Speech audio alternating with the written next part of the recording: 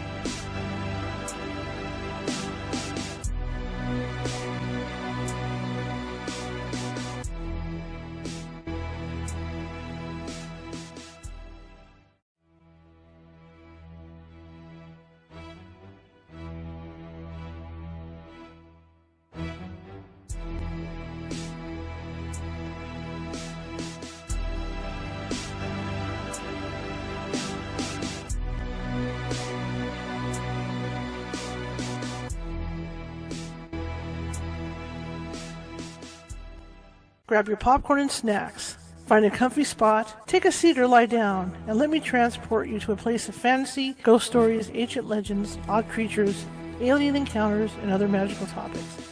You may even decide to join the conversation. From faraway lands to your own backyard, with a small dash of pixie dust. Turn out the lights and open your minds. The journey is about to begin. Good evening, everybody. How's everybody doing? Yeah, for everybody on the West Coast, I think summer is upon us forever. It's hit. Today was 98. And it peaked at 6 o'clock. So it's starting to cool down. So I ran the AC for about an hour in here because if I leave it on, like everybody that's heard the shows in the past, it's a in the background. So I'm trying not to have that in the background. So hopefully it won't be too hot under this hot light. But we'll see. Anyway, welcome. My name is Charlotte. I'll be your host for the next hour. If you're coming in and watching for the first time, let me get this adjusted here. If you're coming in and watching for the first time on YouTube, please subscribe. There's a little ghost down in the bottom right-hand corner with the Sherlock Holmes hat on and a magnifying glass, and he's our mascot. And it would be nice to get extra subscribers. I'd appreciate it. I'm also the owner of the California Haunts Paranormal Investigation Team, based out of Sacramento. We are 45 strong up and down the state of California. And we also have people in Nevada, Oregon, and Washington, and Hawaii. And the great thing about our California team is that there's so many of us that no matter what county you're in, we can get people to you, right? And we don't charge for our services. We're here just to help and educate and help you with what you think might be a paranormal issue. And we're not out looking just for ghosts. We're looking for logical explanations to stuff. So after we've lifted your carpet, looked under your plants and all that stuff, then we make a decision as to whether or not it's something natural, man-made, or something we can't explain, and then we go from there. Okay, next Saturday I will be teaching a Ghost Hunting 101 class at 11 a.m. Pacific. Anybody interested in that can cruise on over to the California Haunts Meetup page and sign on up. I'll teach you how to ghost hunt, even if you're a recreational ghost hunter. I'll teach you how to ghost hunt for that. Okay, you don't have to be a hardcore investigator like my team to do that. I can teach you how to do that. You go to a haunted hotel or something, and you're there with your family or you're there with your friends, and you want to do some ghost hunting and see if you can get some evidence. No biggie. I'll show you how to do that. I'll show you how to work around the noises. I've done EVP sessions over bars that were active and people in singing karaoke and things like that. And there's ways to do that. Okay, so come on over, sign up for the class, and I'll show you how to do that. All right, our guest tonight. I'm really excited. It's UFO Alien night for us. Randall Fitzgerald is coming on to talk with us about UFOs. We got talking hybrids. We're talking all kinds of stuff tonight. So I'm really looking forward to this. So instead of me telling you about this guest, you know how I am. I am going to go ahead and get him in and let him tell you about himself. Okay? Give me a second. Hello, sir. Hi, Charlotte. How you doing? Oh, I'm undecided. How about you? It's too hot for me to worry about that right now. This I is know talking about undecided. I was sitting here right up until the last few seconds going, do I leave the AC on? Should I turn it off and take my chances? So I'm taking my chances. If you see the water, if you see just a melt down to nothing like the Wicked Witch of the West and the Wizard of Oz, you'll know why, because it gets hot fast, It does. So tell me about you. Where to start? Do you want the beginning, the middle, or the end? Do it all. We got time. Well, that may take some time. My background is as a journalist, much as is the case with you. Mm-hmm. And I started out in newspapers at the age of 19 in Eastern Texas, working for a daily newspaper. Went to journalism school, got out of journalism school, and moved to Washington, D.C. I arrived the week that Nixon resigned as president in 1974 in August, and became an investigative reporter for a syndicated newspaper columnist, Jack Anderson. And I spent time doing investigative reporting. Started writing books in the mid-70s, and I'm dating myself seriously here. And I got into magazines. I started writing for Reader's Digest. I became a staff writer and then a roving editor for Reader's Digest over a 20-year period. So I was traveling a lot. Went to 48 of the 50 states on assignments in many foreign countries, and So I was also writing books at the same time. I had started a magazine of my own in the late 70s called Second Look. And it was a magazine that was devoted to three areas of inquiry. One was the origins of civilization. The other was the nature of consciousness. And the third area, a speculative area, was the search for other life in the universe. So we published for a couple of years, never got beyond 10,000 subscribers. It was all direct mail.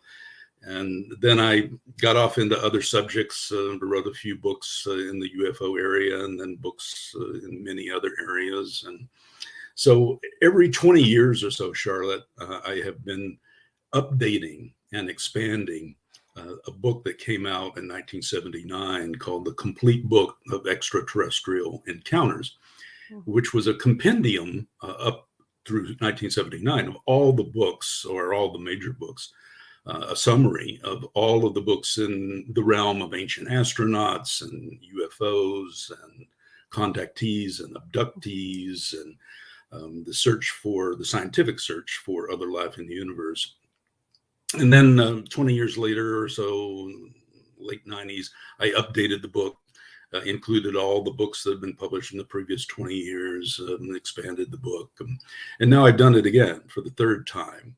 So it's a large book. It's over 200,000 words, but it does include just about everything, every major theory and piece of evidence in the alien visitation field that has appeared in the last 100 years. Wow. That's a lot of research, a lot of years involved too. Yes. What do you think is actually going on with this whole alien thing? As a journalist, I've always put myself directly in the middle. I've tried to be as objective and fair as I can be in my own investigations and in my summaries of the work and theories and evidence of other writers and theorists. And so I've always placed myself in between the believers and the skeptics. I never felt really allied with either camp. I got to know some of the primary believers and skeptics on each side. For instance, J. Allen Hynek, the astronomer who had been associated with Project Blue Book, who started out as a skeptic and then evolved into a visitation believer.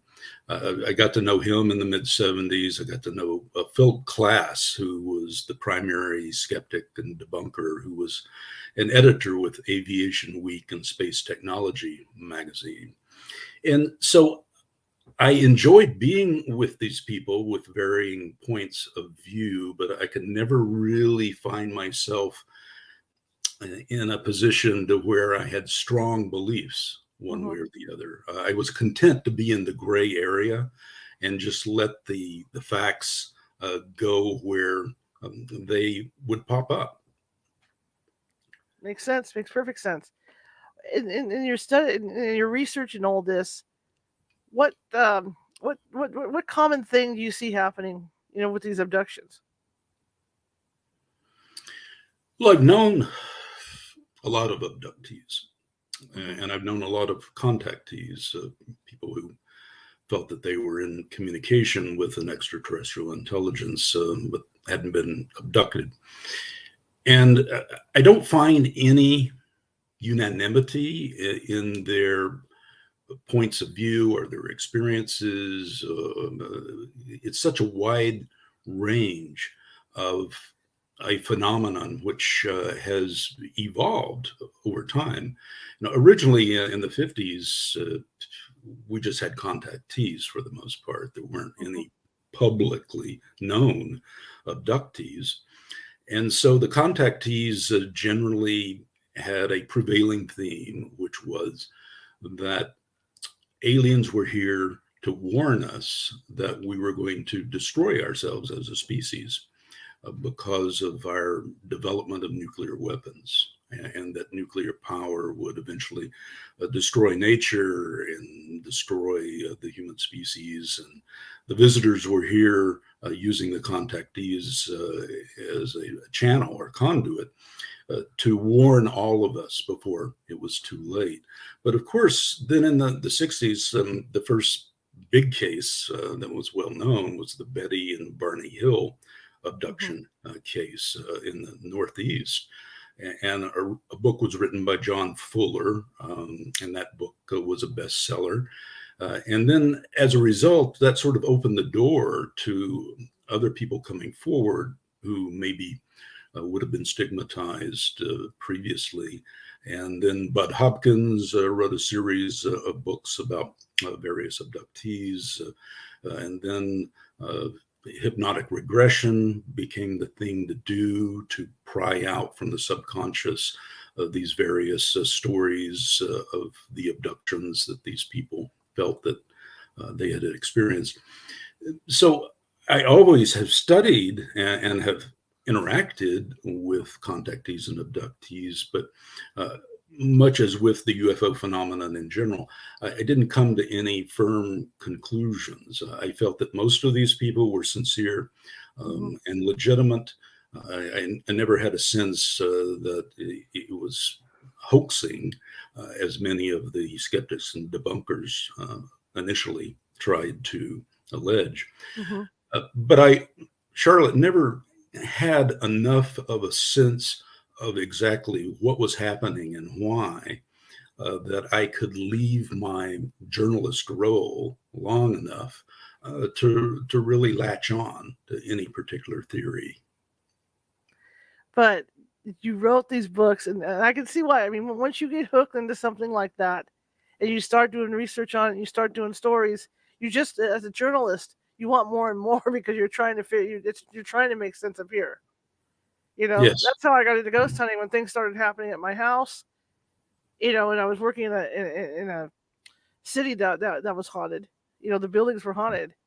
It was just so hard for me to wrap my head around it, because what people don't realize is, as journalists, we're like police officers in a lot of ways.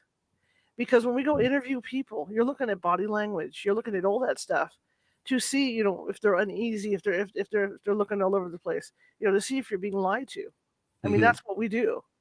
So I never had the chance to talk to any alien abductees. Well, I have now, doing this show. But I mean, one-on-one, like for a book or an article. So I didn't really get that chance to really size them up like a journalist would do. And it's good to hear from you that, your feelings about that they all seem legit. Yeah, well, I won't say that they all seem legit. Okay. Certainly, most of those that I encountered seem sincere. I do think there was potential for some to be delusional. There was potential for some to have psychotic breaks as a result of some traumatic triggers in their life. There are a variety of possible reasons that someone could have. Well, let me give you an example. My brother passed away a year and a half ago from COVID, a younger brother, and he was 9 years younger, and we really didn't grow up together. And he was always fascinated with the alien visitation subject, as I had been since I was a teenager. But my brother Jerry felt that he had been abducted and had an alien visitation experience. So one night, as he was driving alone down a country road in the eastern part of Texas, and he underwent hypnotic regression, he underwent sodium pentothal and a whole number of realm of tests that were done by psychiatrists and psychologists. And he could never firmly grasp all of the details of what he felt had happened to him. And at the very end, he felt that there was a possibility in his case that he had created all of this in his subconscious for a variety of reasons. He had undergone a lot of emotional turmoil early in life. And so even with my own brother and the experience I had with him and how he tried to interpret what had happened to him. It was a big question mark, and there was a complexity there that I could sense in a lot of the other abductees that I encountered. Do you think that hypnosis, regression helps in these cases? As you probably know, there's been a long-standing debate about that, even among the alien visitation believers. There has been a debate as to whether or not the regressive hypnosis plants memories, enhances fantasy proneness, or whether it is a recovery mechanism that divulges the truth of what truly transpired. I go back and forth with it. Again, as a journalist, I don't have a firm foundation of opinion about it. I tried to read what people involved in regressive hypnosis have written. And in fact, in my book, I cover a lot of these individuals and their arguments.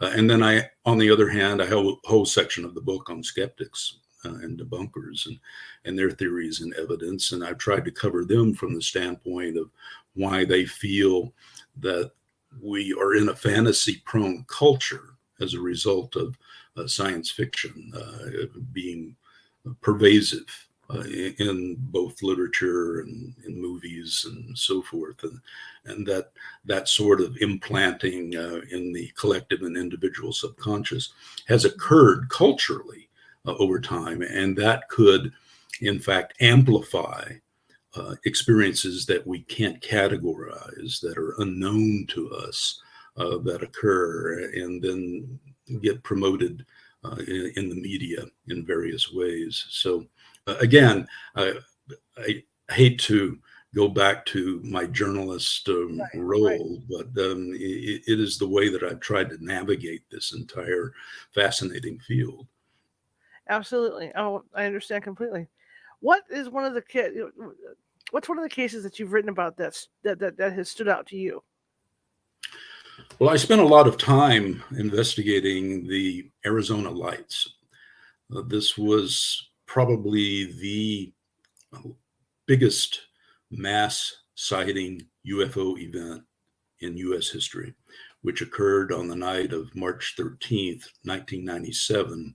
It's sometimes called the Phoenix Lights, but that is somewhat misleading because the event occurred across the entire state of Arizona that night.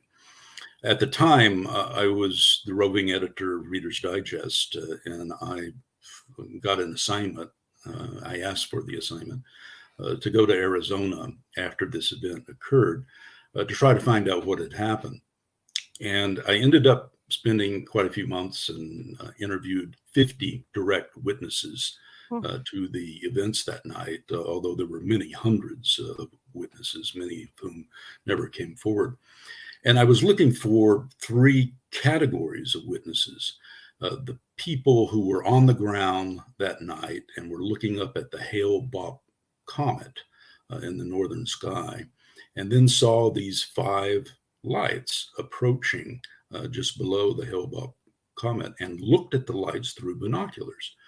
I wanted to interview them because I thought, there's a good category of witnesses. The second category of witnesses were pilots, commercial pilots who were in the sky that night, flying from Phoenix to Las Vegas, which is a heavily traveled air corridor. And I wanted to find as many of those who were flying that night as possible who might have seen the formation of the lights. And the third category of witnesses were the air traffic controllers that were on duty at Phoenix Sky Harbor Airport that night, as well as at other airports throughout the state of Arizona and the state of Nevada.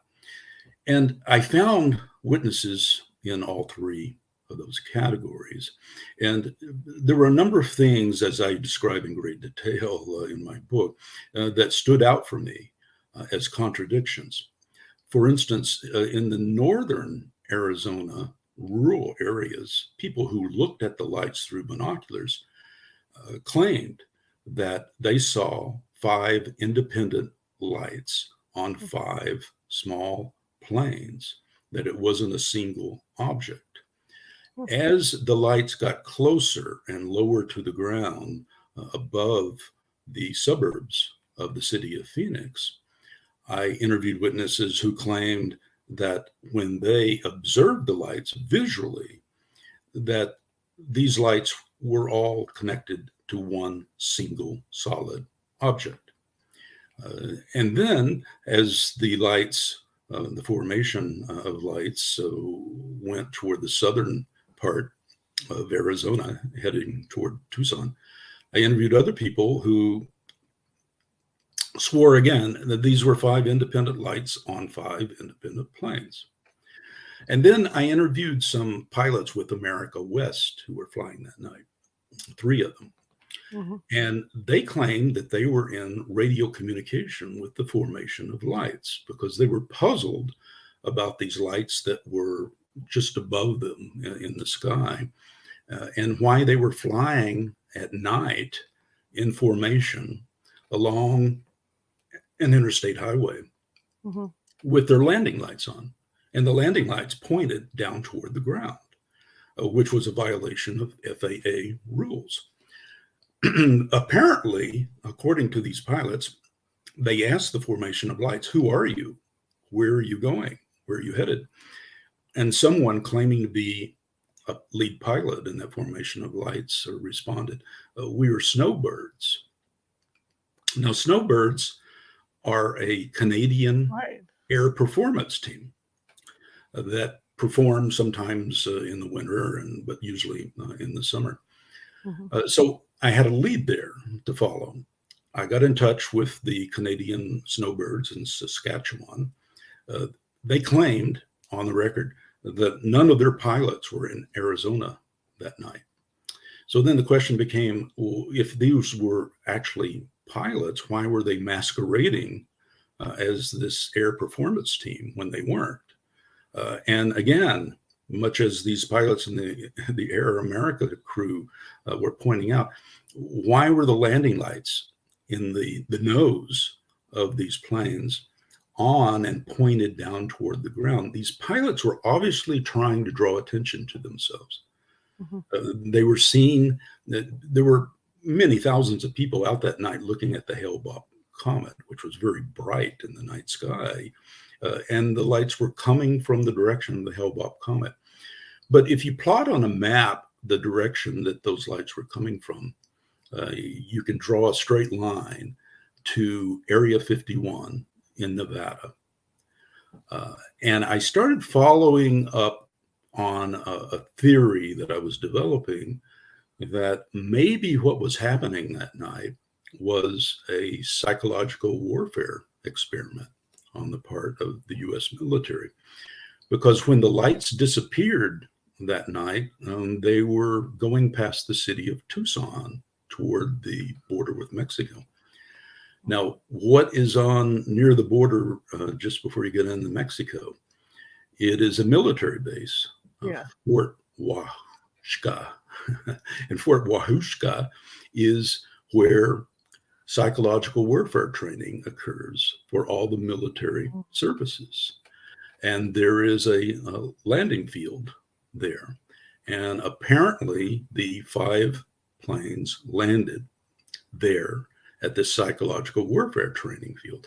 So I started asking myself, well, why would the military want to conduct a psychological warfare experiment? I mean, what could they have been doing technologically that would make people in the suburbs of Phoenix believe that it was a solid object, that it was a solid object with these 5 lights, not separate planes? And the only thing I could come up with was holographic technology, that somehow the planes and the lights were able to create a holographic image that made it appear as if it was a solid object. So I go into great detail in the book based on all of the many dozens of interviews that I did, trying to rule out all the other possibilities. You know, there's the extraterrestrial hypothesis that it was a one single solid object. Well, if you accept that, you have to throw out all the other people who saw 5 individual planes and looked at the formation with binoculars. But if you say they were just 5 individual planes, then you have to throw out the testimony of all those many people in Phoenix that claim they saw a solid object. So trying to fit all of the evidence into a hypothesis proved to be a challenge. And the only one I could come up with that would fit was a psychological warfare exercise. I was just thinking too that if you go into a cave and they turn the lights out and you stand there for a few minutes, you could swear up and down you could see your hand in front of your face. Mm-hmm. Because your mind will matrix that hand. And thinking about what you're saying, which makes a lot of sense with these planes, is that as they're looking up at these planes in the sky and they're in formation, the mind is going to play that trick as well. And they will see a big black object around the lights. Mm-hmm. Well, you're engaging, Charlotte, in critical thinking, which is what we journalists are supposed to be doing. We're supposed to be evaluating. And, this is the old saying that there are 2 sides to every story. I've always been a believer that there are more than 2 sides to every story. There are multiple sides depending on how many witnesses there are. And that was certainly true with the Arizona lights sighting, because there were so many hundreds of witnesses and they saw so many different things in the sky. So I suspect you are right about this cave analogy. It would make perfect sense to me using critical thinking. Well, I even remember I live probably 9 blocks from an Air Force base that does repair on airplanes, or used to do repair. And I remember when the stealth fighters would come in for repair at night and what they looked like. Mm-hmm. They were creepy to look at. And when I hear these reports, and I hate to say it because, I know people that swear that they saw something triangular in the sky, and all this. But when I hear these reports of what these people see, it reminds me exactly of what I used to see flying over my house, coming in for a landing. Mm-hmm. Because they talk about, the lights being what seemed like on the tip of the triangle. Because when they bring those things, they're trying to come in stealth, so they're not putting any of those lights pointing at the ground or anything like that. All you're seeing are the running lights on the side. Mm-hmm. Yes. So again, that's where I question that part. Mm-hmm. So yeah, there are some logical explanations out there for this stuff. And that doesn't in any way make us debunkers or skeptics. So, we're not dismissing all the other evidence that would indicate that something very legitimate as a phenomenon is occurring. Mm-hmm. It's just that we have to always apply our critical thinking skills to every situation in order to evaluate all the possibilities. Right. What do you think of the abduction stories themselves? When you hear about people that have been taken aboard and experimented on, what's your opinion on that? Well, there was a podiatrist, Dr. Roger Lear, who specialized in removing alleged implants from abductees. And he wrote several books, which I summarize in my own book, summarize his theories and evidence. And the sort of items that were extracted surgically from these abductees run the gamut. There were small pieces of metal, there were wooden, small objects, there were minerals, go down the list. And he could never make sense of a pattern in all of these different objects. The only conclusion he could reach really was that if these were tracking devices implanted by aliens for reasons we don't understand, for some experimentation reasons, then these were common terrestrial objects that were being used to track.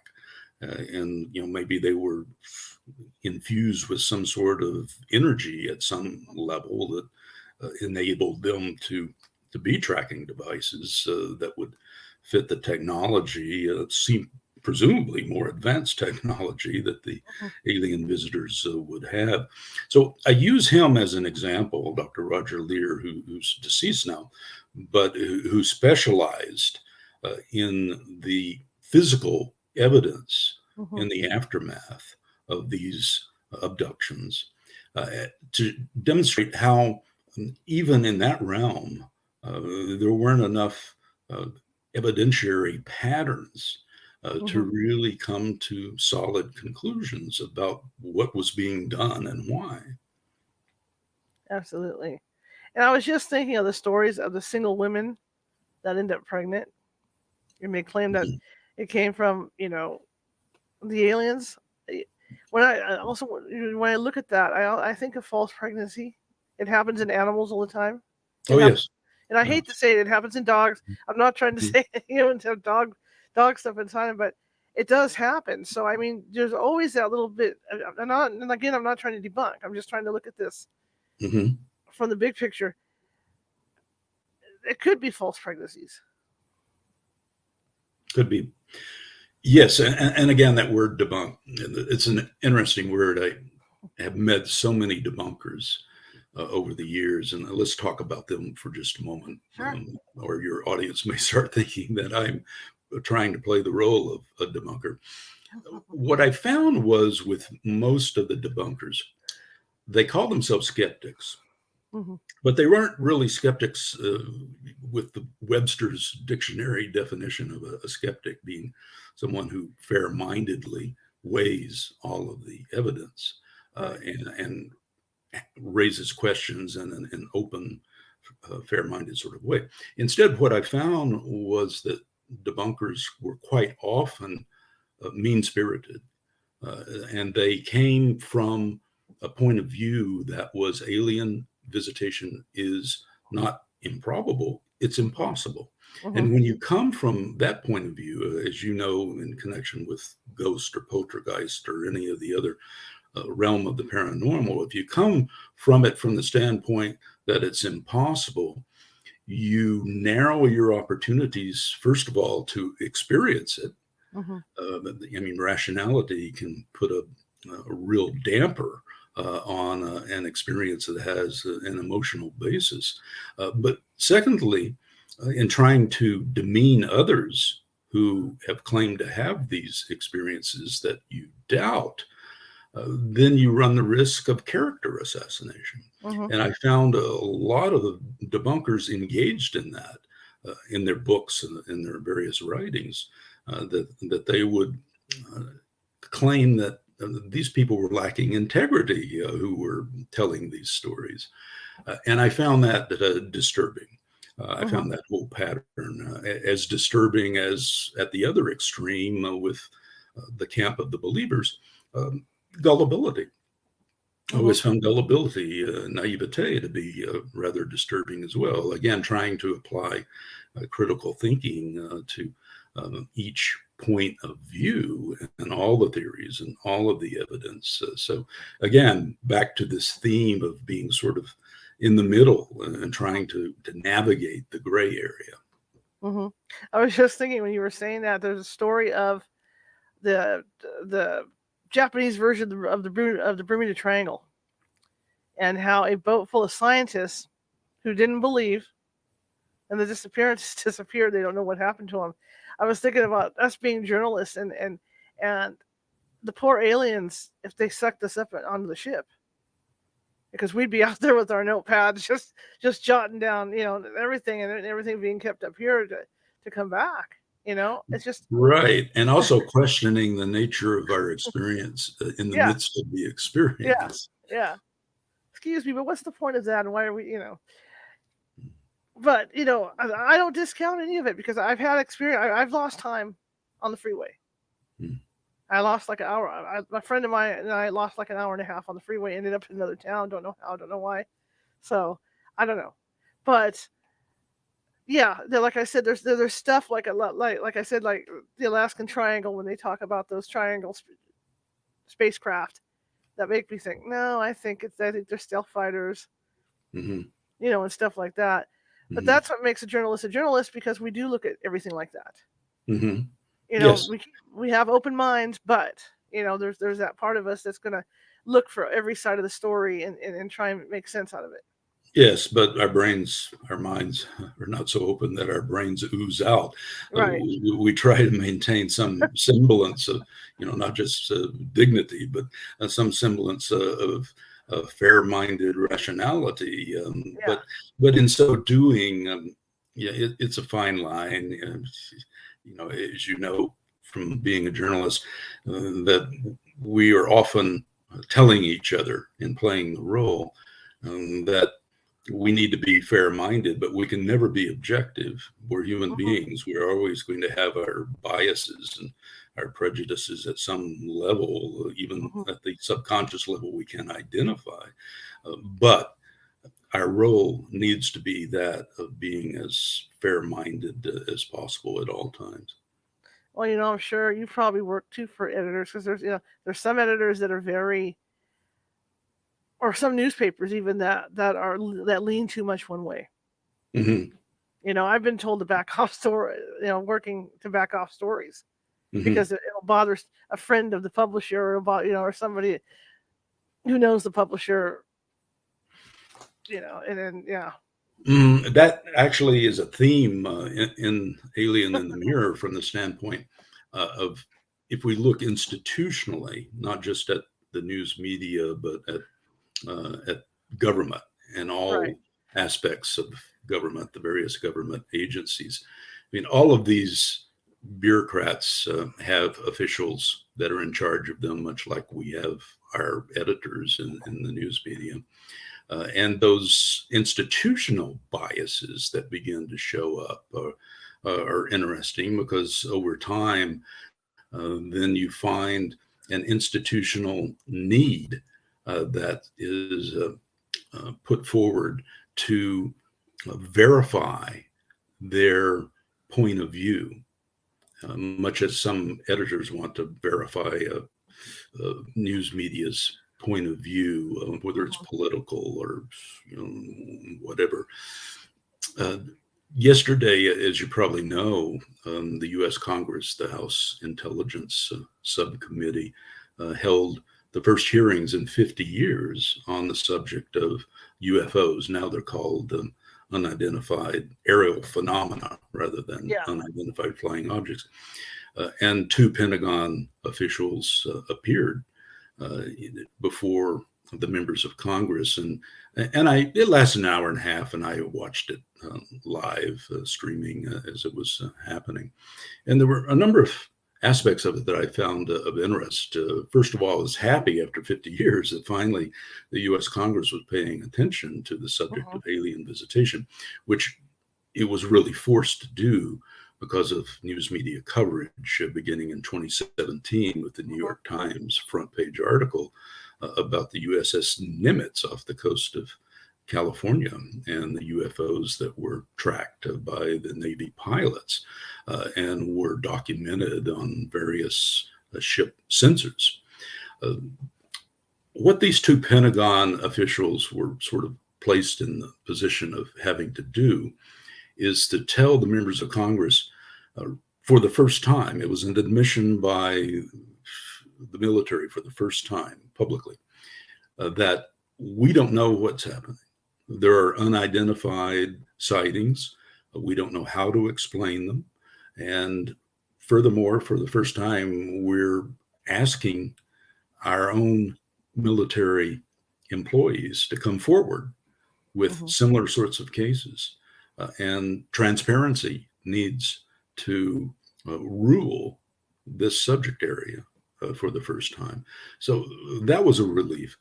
But in response to questions from the members of Congress about specific cases that were brought up, for instance, the Malmstrom Air Force Base case many years ago, where UFOs apparently disarmed 10 nuclear missiles.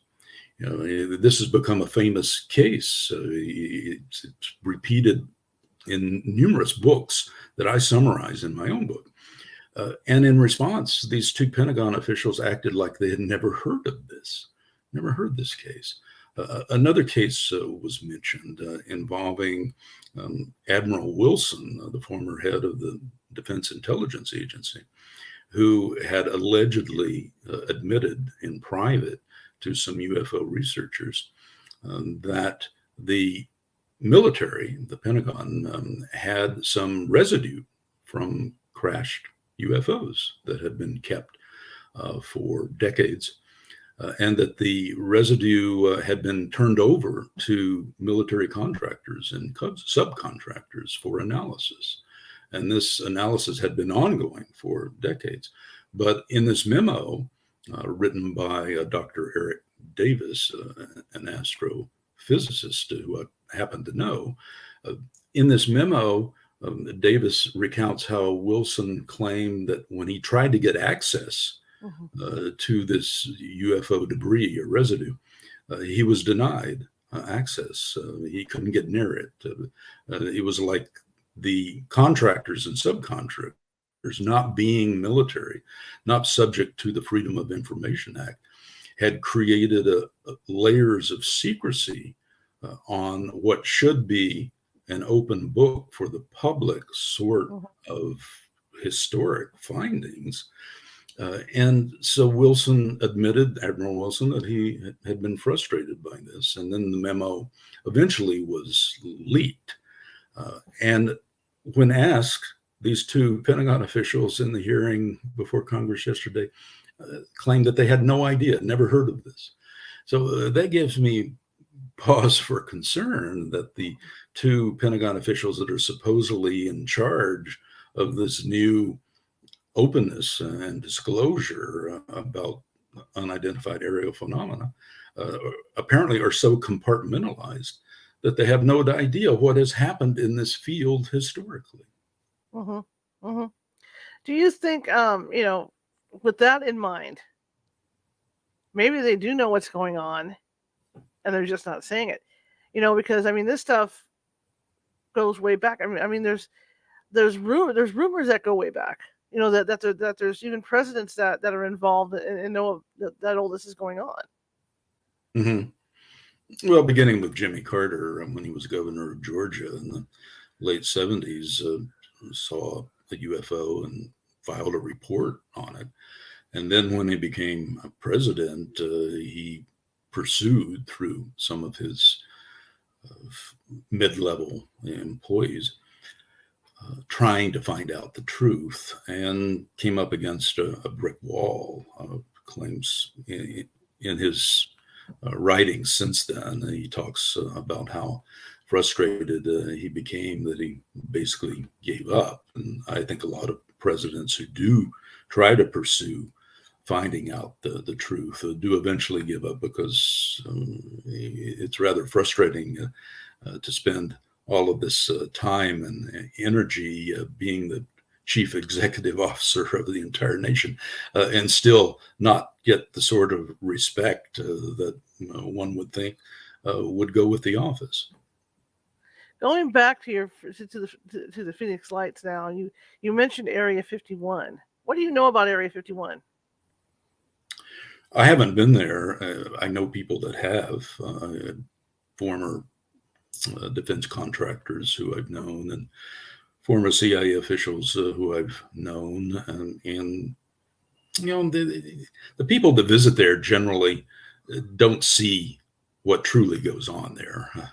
They get their superficial tour and they get their superficial demonstrations. And one friend of mine in particular who had been with Boeing aircraft, Boeing had a number of projects, secret projects that were ongoing at Area 51. And he talked to me in terms of how he had a top secret clearance, but it wasn't a high enough clearance to where he could have asked the sort of questions that were necessary to scrape beneath the surface. So the entire Area 51 is so cloaked in all these various layers of need to know secrecy that it's very difficult to find out what's going on. I do summarize in Alien in the Mirror a lot of the books that have been written about Area 51, and I go over all of the various theories and the evidence based on these various writers.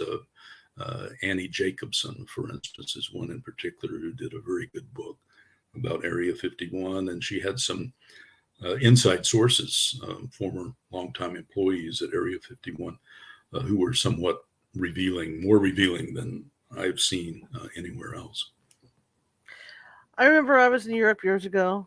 I'm old now. I was like probably 11 or 12, and I remember they had their version of Independence Day, and the Russians had a helicopter that could do flips, loops and stuff. Mm-hmm. And there was nothing like that in the United States at all at that time. And my father, who had worked at Boeing for his early life, would have known these, would have known that they were trying to come up with stuff like that. Mm-hmm. And it makes me wonder, like, when people talk, again, going back to military aircraft that people might be seeing at night, especially in Area 51, that connection, that they could be testing stuff like that people don't have any clue about at all. And that's what people are seeing at night, because you're not going to take that stuff out during the day for everybody and their brother to see. You're going to take it out at night. Mm-hmm. Yes. Well, it was true. The SR-71 Blackbird, the high performance, flying up to 90,000 feet plane, which was flying in the 60s and the 70s, was flying out of Area 51 and would do so at night. And it caused many UFO sightings, especially among commercial airline pilots who would see something zoom by them, above them, and it would be this black blob, blur. So, yes, that was always happening, which actually ended up, unfortunately, resulting in the Air Force's Project Blue Book and the CIA's on the CIA actually in many ways controlled the Air Force investigation of UFOs. And both agencies have since claimed that when they engaged in disinformation in the 50s, 60s, and 70s, when they tried to disparage UFOs and tried to explain them as natural phenomena, what they were generally trying to do is to cover up the existence of these secret programs because they didn't want the Soviets to know what we had developed and what we were testing and where we were testing and so forth. So the excuse was always, we've got to deceive the American public in order to deceive the Soviets. Well, unfortunately, that was a double-edged sword because quite often what it resulted in was that legitimate sightings that were not top secret high performance aircraft, but were unknowns, true unknowns, that were reported by credible witnesses, military, commercial pilots, and so forth. Whenever they were told by the CIA and by the Air Force to stay quiet, that their reputations would suffer. This was an example of a long-running disinformation campaign that unfortunately the military and intelligence agencies clung to right up until fairly recently. See, now everything comes full circle. That takes you back to the Phoenix Lights now. What you were talking about earlier about the test, with the planes. Yes. Where they're doing stuff, and how do we know they're still not doing that? They're still doing stuff. Like my dad said, we've at that point in time, he'd never seen a copter able to do loops and stuff. And maybe if somebody had seen that copter in the United States at night doing loops, right away they would have reported it as a UFO because it hadn't been seen. So I mean, there's all kinds of stuff going on with the military that we're so unaware of that who knows? And it's so convoluted now, like you say, what's the real truth? Are there actually, these things coming from other planets, or is it just us creating this stuff? Mm-hmm. One of the themes that I've developed in the book, by way of a pattern from the hundreds of books that I've read and summarized, is the extent to which human consciousness is interacting with this phenomenon, whatever the phenomenon is. And by the phenomenon, I'm including everything, not just alien visitation and UFOs, but I'm including the whole gauntlet of paranormal effects, ghost, poltergeist, go down the list, because all of this to me seems at the pattern level to be examples of human consciousness either triggering these events in various ways or being the true source of the nature of all of these events and the incidents that occur. And it's like the old cliche about the tree falling in the woods. If there's no one around to hear the tree fall, is it really falling? Well, it's the same with observers. I believe that this phenomenon, again, speaking broadly about what it is, it needs human consciousness in order to exist. It needs human consciousness and the interaction with it in order to be acknowledged, in order to be amplified, in order to give us an awareness that perhaps what we're working with here is the next phase of the evolution of human consciousness. Well, look at poltergeist activity. I did a case a few years ago where this couple would get into fights at night. They would go to bed and stuff would start happening around the house. And it was unresolved. It was because they were going to bed unresolved. They were both angry that the energy was coming off the wife and causing this stuff while she was sleeping. Yes. So it's like you say, we could very well, be manifesting this stuff ourselves and not realize it. And like the very young children, you know, probably in many cases yourself. I mean, it's legend that young children have pent-up emotions, and then the release of those emotions result in poltergeist activity in homes. And then childhood abuse can be a trigger.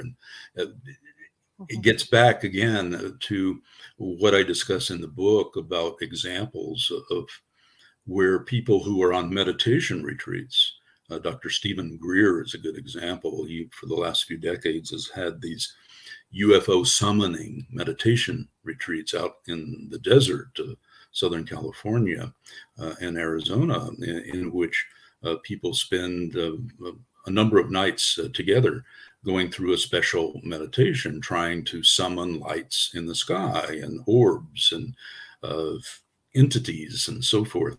And I've interviewed a number of these people that have been on these retreats, and quite often they seem successful at certainly summoning something that they don't understand and that they can't identify.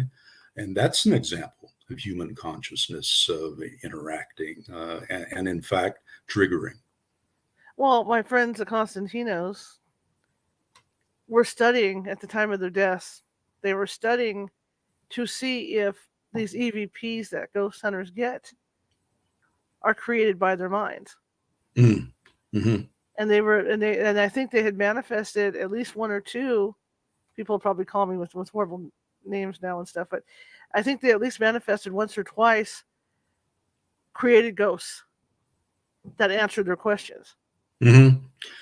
Interesting, Charlotte. I watch all these programs, you know, Ghost Adventures and so forth, and there are a number of aspects of what occurs pattern-wise in all of these programs that I find of interest. And one is that when they are doing these EVPs, that it's usually a response in the language of the ghost hunter. You know, not in Spanish or in French or some other language. I mean, occasionally that might have happened, but for the most part, this is a type of channeling that occurs in the language, i.e., the consciousness of the ghost hunter. Mm-hmm. Mm-hmm. Exactly. So I mean that the mind is a lot more powerful than people think it is. And Yes. like you say, Yeah. who knows? Like that group trying to manifest the UFOs or whatever. I mean, you get enough of those minds together, and maybe who knows? Maybe they can create this thing to come down. Mm-hmm. Because Well, that's what they this is create. an ancient spiritual tradition. Right. In Buddhism, Tibetan Buddhism, it's called the tulpas, Tulpas, and the Mm-hmm. tulpas are mind energy that materializes Mm-hmm. based on the hopes, the dreams, the wishes, the prayers, and so forth of enough meditators. So these ideas have been around for a long time. Sure. Sure. Absolutely. Do you think that that the government's ever gonna come clean with what they know? I don't think that there is enough coordination within the various agencies of government for this to happen. Mm-hmm. I mean, it conceivably could. A lot of barriers are going to have to be lowered because each agency, I'll give you some examples. Sure.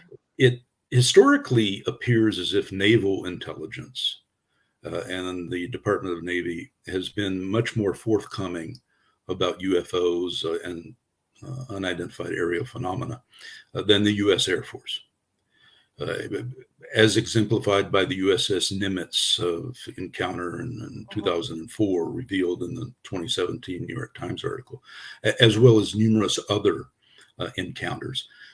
For instance, yesterday before Congress, one of the two Pentagon officials was the deputy director of naval intelligence who was appearing. It wasn't the Air Force that was appearing. The Air Force historically in this country has always been much more compartmentalized and less open on this subject, more inclined to disinformation than the U.S. Navy for some reason. I investigated a case that goes back to the 1950s involving a woman in southern Maine by the name of Frances Swan, who was a channeler. And she channeled what she thought was an extraterrestrial intelligence. And she happened to live near a rear admiral, a retired rear admiral. Knowles was his name. And he took an interest in her and began having sessions with her when she would channel using automatic writing this entity that she called AFA. And AFA was supposedly an extraterrestrial that wanted to warn planet Earth about the perils of nuclear weapons. And Admiral Knowles would ask Frances Swan technical questions like science questions. And every once in a while, apparently, Frances Swan was able to answer a question that Earth scientists could verify. So this intrigued the Office of Naval Intelligence, and they started sending some of their intelligence officers over the course of 5 years in the 1950s to interview Frances Swan. So I learned about this in the 1970s when I had my magazine Second Look, and I went and visited Frances Swan, who was still alive.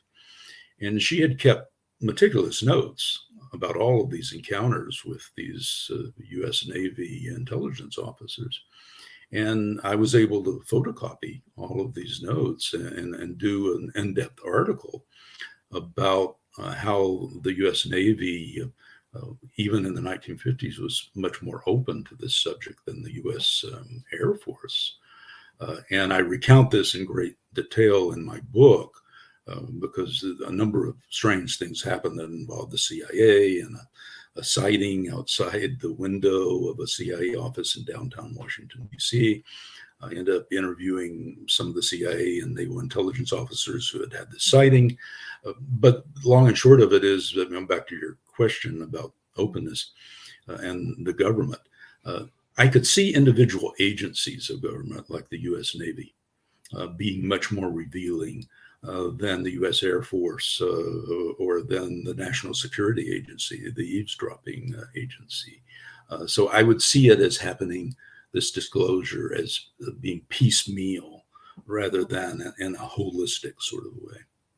Absolutely. So what's next for you? Well, I have many other subjects of interest to me. I wrote a book back in 2004 called Lucky You, and it's about intuitive luck in games of chance and the intersection between intuition, highly developed intuition into the paranormal realm intuition, and playing games of chance, and why some people are much luckier than other people. So I've always wanted to do a sequel to that book, which I have completed and hope to have published later this summer. It'll be called The Tao of Luck. Awesome, awesome. How can people find you? Oh, alieninthemirror.com. I have a website which features, of course, access to this book. The foreword to the book was written by Jacques Vallée, the legendary scientist who's written dozens of books on UFOs and was featured in the film Close Encounters of the Third Kind, Steven Spielberg's film, as the French scientist.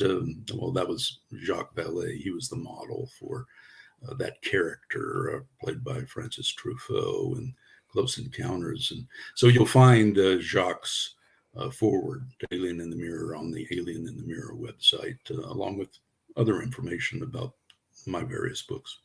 Fantastic. So you're standing on the Strip in Las Vegas, and there's other guys that have books titled like yours, similar. How do you get people to read your book? Well, I'm not very good at marketing. I must say, maybe that's a journalistic drawback of, maybe we just aren't inclined to have that as a focus in our repertoire. So I have to rely on others.